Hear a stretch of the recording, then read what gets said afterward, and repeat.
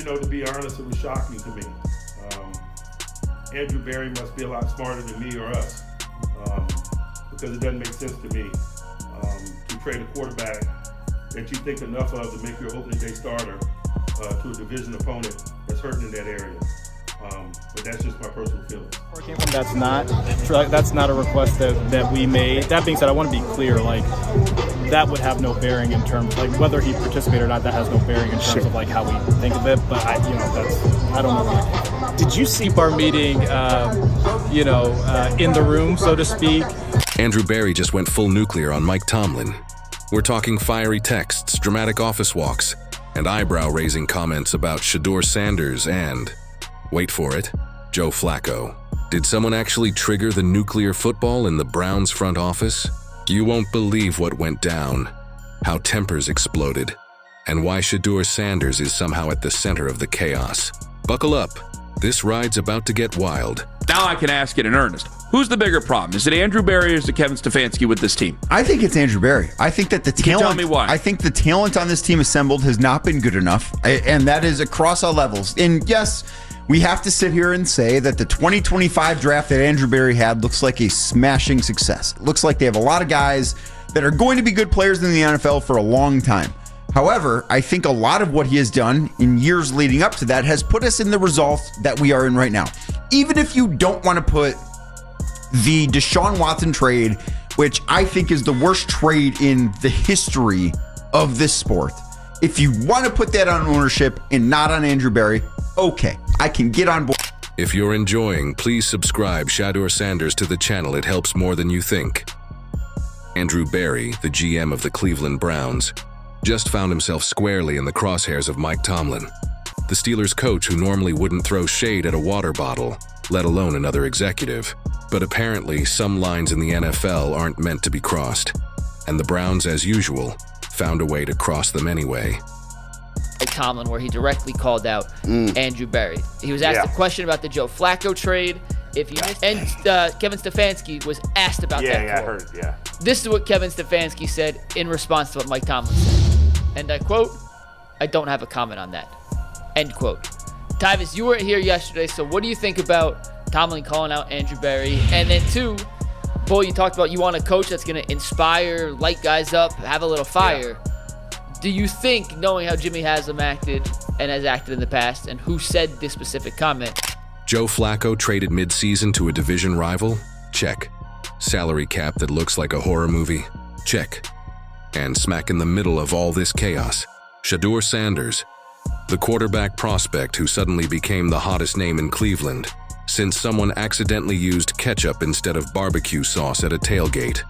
Max, Mike Tomlin confirmed not an Andrew Berry guy. Not an Andrew Berry guy. Look, I think it was a subtle shot at Andrew Berry, but let's be real.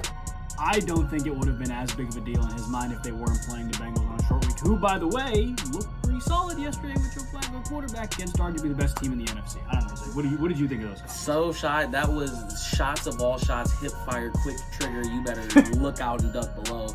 That's what type of shot that was. But there's a lot of comments going on that, is it part of the head coach fraternity? Maybe trying to side with Kevin Stefanski? I don't know. Either way, I think if Mike Tomlin magically got fired today, he wouldn't even think about it. This isn't just drama. This is the NFL equivalent of a mid-season reality TV fight, where everyone forgot the cameras were on. Mike Tomlin, a coach who learned from the saints and saints of professionalism, decided to break the sacred code of conduct. Normally, coaches don't mention other GMs by name. They don't call anyone incompetent. Honestly, when I seen it, I laughed because it's so funny that everybody always says the same thing about Kevin and AB. It's, oh, they think they're the smartest people in the room. And so clearly he was taking that shot at him, and it was funny just to see that. But I just thought it was kind of funny that Kevin didn't, that's his boy. Like, that's like somebody coming up to me and saying something crazy about G. Bush. And I'm like, you think I ain't going to say nothing? Like, hey, chill out. What you talking about? Like, it's one of those type things. Or he is kind of crazy. He be doing things. But like, that's crazy that, see, like this just feeds the narrative of that. Like, this is exactly what you talking about. They don't do the kind of public execution that would make a Hollywood villain blush. And yet Tomlin went nuclear. Because the Browns went ahead and made the kind of decisions that scream, "We don't care about winning, we just care about chaos." Now let's rewind a bit. The Browns are a team that has perfected the art of spectacular self-sabotage. They've traded quarterbacks like Pokemon cards and made moves that would make a gambling addict wince. Baker Mayfield, gone. Joe Flacco, shipped off to a division rival in the middle of a playoff race. Deshaun Watson, signed to a contract so monstrous it makes other teams' cap sheets weep silently in the corner. Structured, disciplined, predictable in their excellence. The Browns, they are the exact opposite. A franchise that has perfected chaos to the point that even their own analysts scratch their heads and wonder, wait, are they trying to lose? And let's be clear, they weren't trying. Not in the philosophical, deep sense of let's rebuild and hope for the future.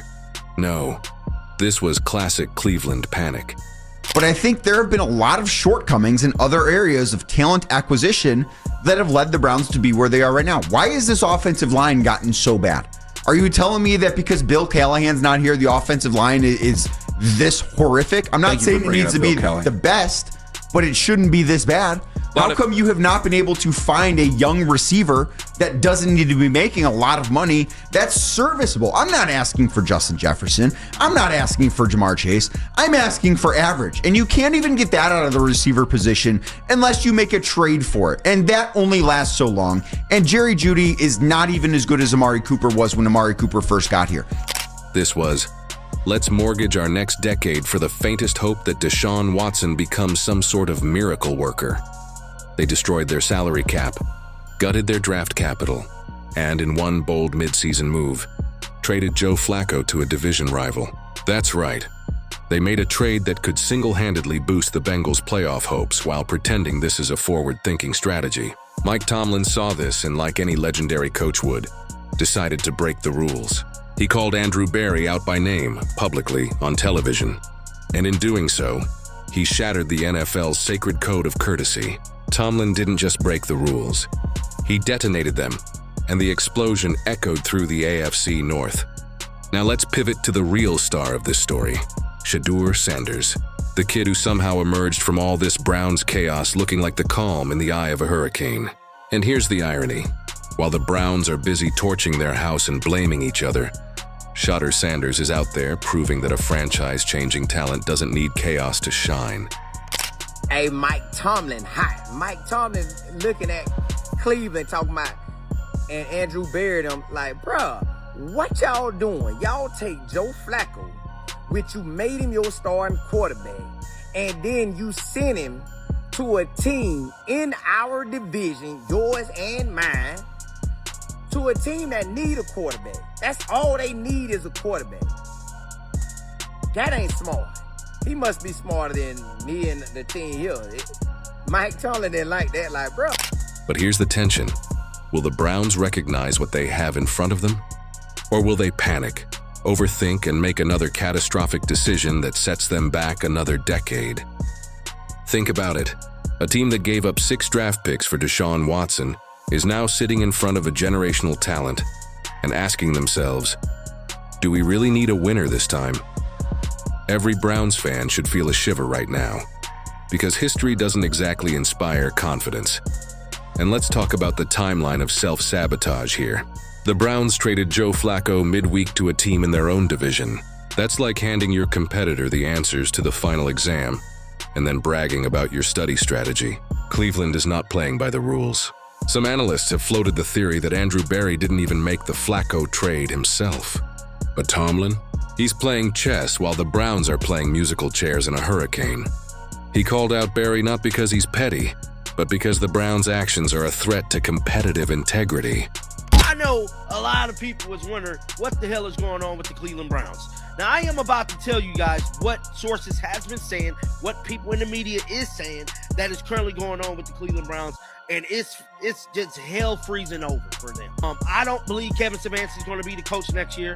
I believe Andrew Berry's definitely going to be there. I don't believe Kevin Stefanski is going to be coaching the Browns next year. Kevin Stefanski is pretty much throwing up the big middle fingers to the Browns organization and the Browns coaching staff. And the deeper irony, Shedeur Sanders is about to enter the draft at a time when the Browns franchise could pivot or completely implode again.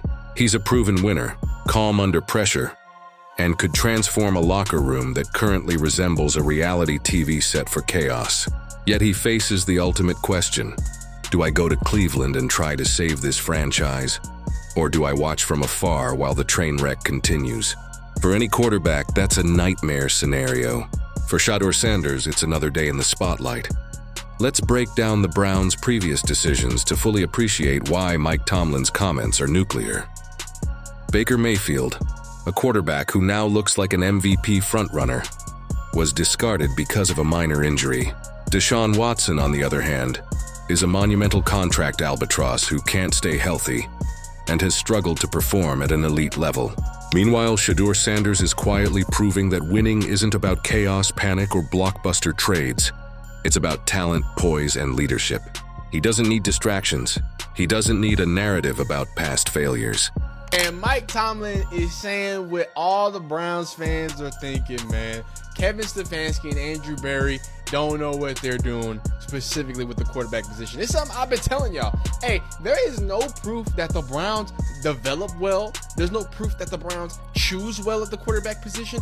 Nothing has been said that they do the right thing at the quarterback position. So Mike Tomlin, after beating the Browns for the 22nd consecutive time at home, he went ahead and literally called out the Browns. He just needs an organization willing to build around him. And that's the real test for Cleveland. Can they finally get it right? Or will history repeat itself in spectacular fashion? Now consider the stakes for the 2025 draft. The Browns have a chance to hit reset. They can draft Shedeur Sanders, build a supporting cast, develop him, and finally commit to a long-term plan. Or they can panic again, overthink it, and blow the entire opportunity like they've done for decades. It's a crossroads moment, one that will define the franchise's trajectory for the next 10 years. You don't embarrass someone in public because one day, you might need to work with them again. But Tomlin ignored that, and the reason is obvious. The Browns actively undermined a team trying to win the division. It's not just incompetence. It's reckless. It's a franchise helping their rival while pretending to compete. And that apparently is the one line even Mike Tomlin refuses to let slide. So where does that leave Shedeur Sanders? Right in the middle of the NFL's biggest front office meltdown.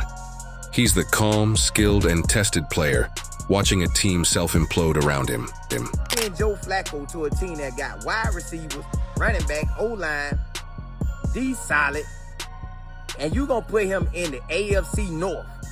You was just starting him on your squad. Why you gonna give him to them?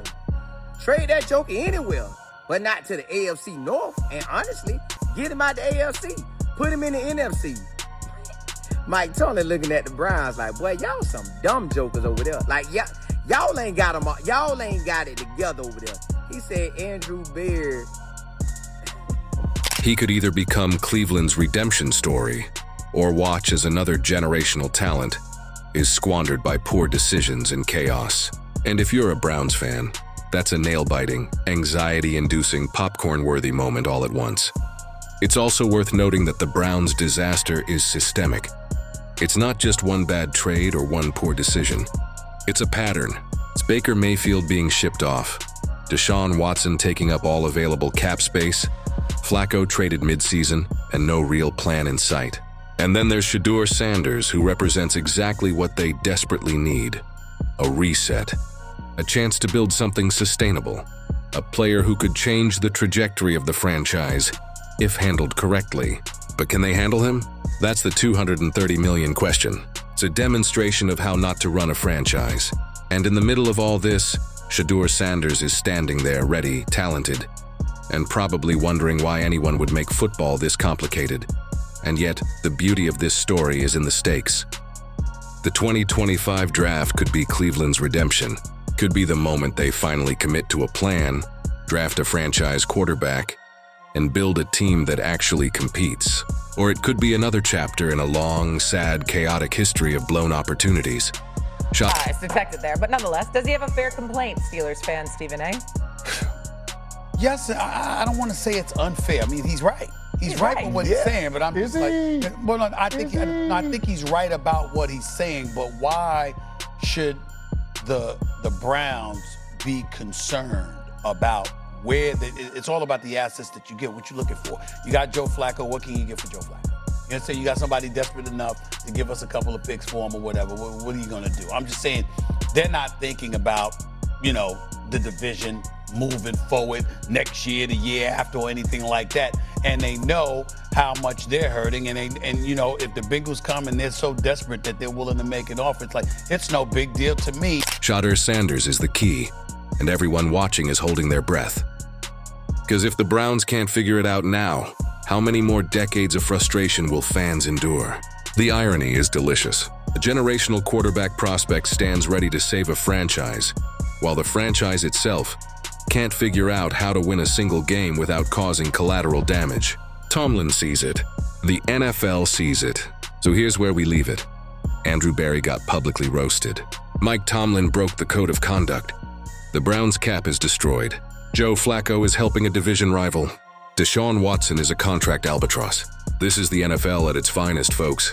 Drama, chaos, and the tantalizing possibility that a single player could reset an entire franchise.